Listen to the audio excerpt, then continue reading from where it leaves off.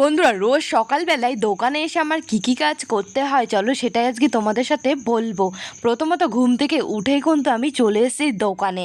তো দোকানের চারি সাইড দিয়ে কিন্তু দড়ি দিয়ে বাঁধা ছিল, সেই চটগুলো আমি খুলে ছড়িয়ে দিয়েছি। এখন কিন্তু একটা ঝাঁটা দিয়ে দোকানের সামনে একটা ঝাঁট দিয়ে সবজিগুলো একটা ঝুড়িতে আমি বেছে নিচ্ছিলাম। তো ওই ঘরে ছিল এক বস্তা আলু, সেই আলুর বস্তাটা কিন্তু আমি ওই ঘর থেকে নিয়ে এসে এখন এখানে আলুর বস্তাটা পুরোটা ঢেলে দিয়েছি। তো আলুগুলো ঢেলে চলে গেছিলাম কলে এক বালতি জল আনতে।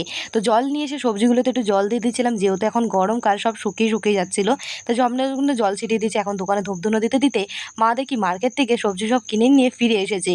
তো মা যে সমস্ত সবজিগুলো নিয়ে এসেছিলো মার্কেট থেকে এখন সেগুলো ঢালতে হবে। তো আমি দোকানে বসে একটু দোকানদারিও করছিলাম। তো মা যে সবজিগুলো মার্কেট থেকে নিয়ে এসেছিলো সেগুলো আমাকে ব্যাগ থেকে বের করে দিচ্ছিলো, সেগুলো কিন্তু আমি দোকানে সুন্দর সুন্দর করে সাজিয়ে দিচ্ছিলাম। দেখো কি সুন্দর সুন্দর টাটকা টাটকা মা সবজি নিয়ে এসছে মার্কেট থেকে। বন্ধুরা, তোমরাও কি আমাদের দোকানে আসতে চাও বাজার করতে? তাহলে তোমরা আমাকে কমেন্ট করে জানিও। নেক্সট ভিডিওতে তোমাদেরকে আমাদের দোকানের ঠিকানাটা আমি দিয়ে দেব। তো মা যে সমস্ত টাটকা টাটকা সবজিগুলো নিয়েছিল, তাই মা আর আমি মিলে দোকানে সব সবজিগুলো খুব সুন্দর করে সাজিয়ে দিয়েছিলাম।